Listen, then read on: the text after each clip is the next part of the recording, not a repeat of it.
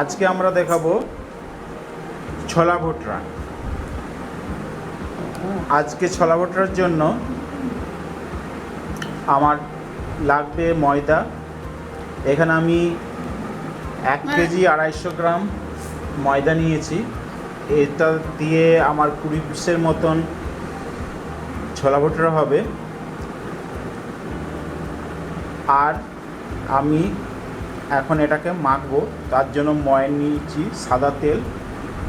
এখানে দিচ্ছি আমি 50 গ্রামের মতন সাদা তেল দিলাম। আর এর মধ্যে দেব আমি 300 গ্রাম টক দই। এরপর আগে আমি দই আর ময়ান দিয়ে ময়দাটাকে ভালো করে মিক্স করে নেব। আমি এখানে 300 গ্রাম দই দিলাম। এরপর আমি আস্তে আস্তে এটাকে ভালো করে মিক্স করে নেব।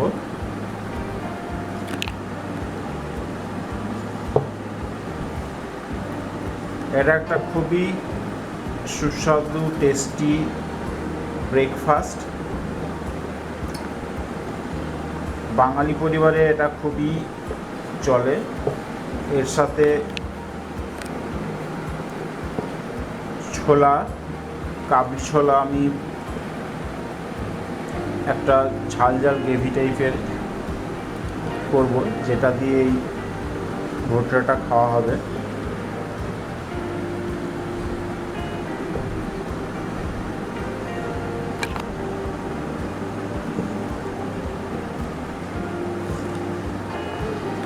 এটা আমিষ নিরামিষ দুরকমই করা যায়।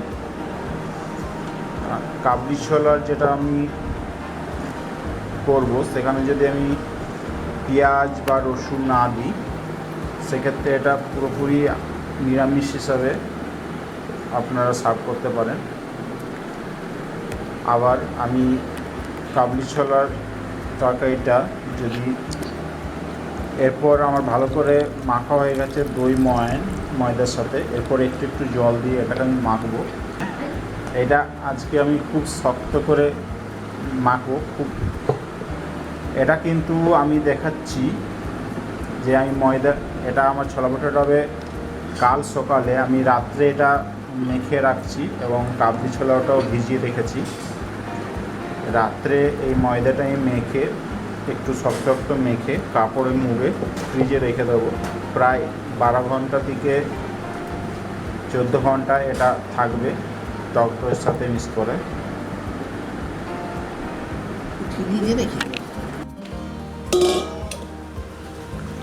রাত্রে সারা রাত এটা ফ্রিজে রাখা হয়েছিল।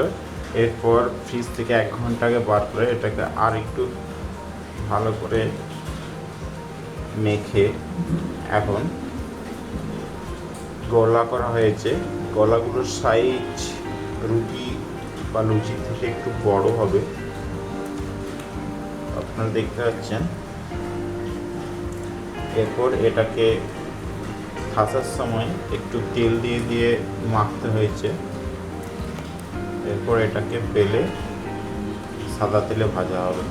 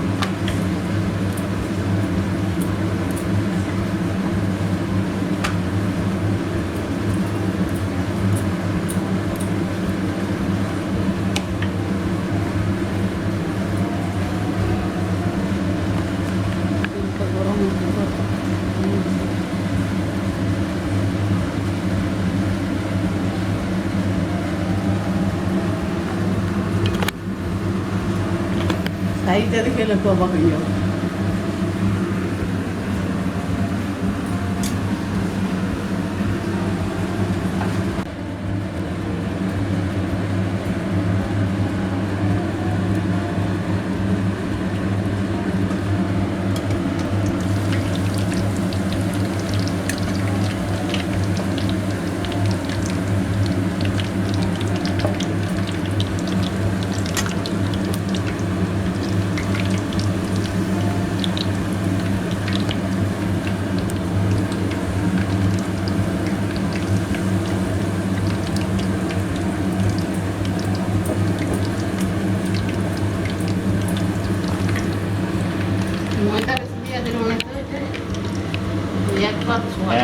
সব পারিয়ে নিই, ময়দা ছাড়াও বেলে দেবো।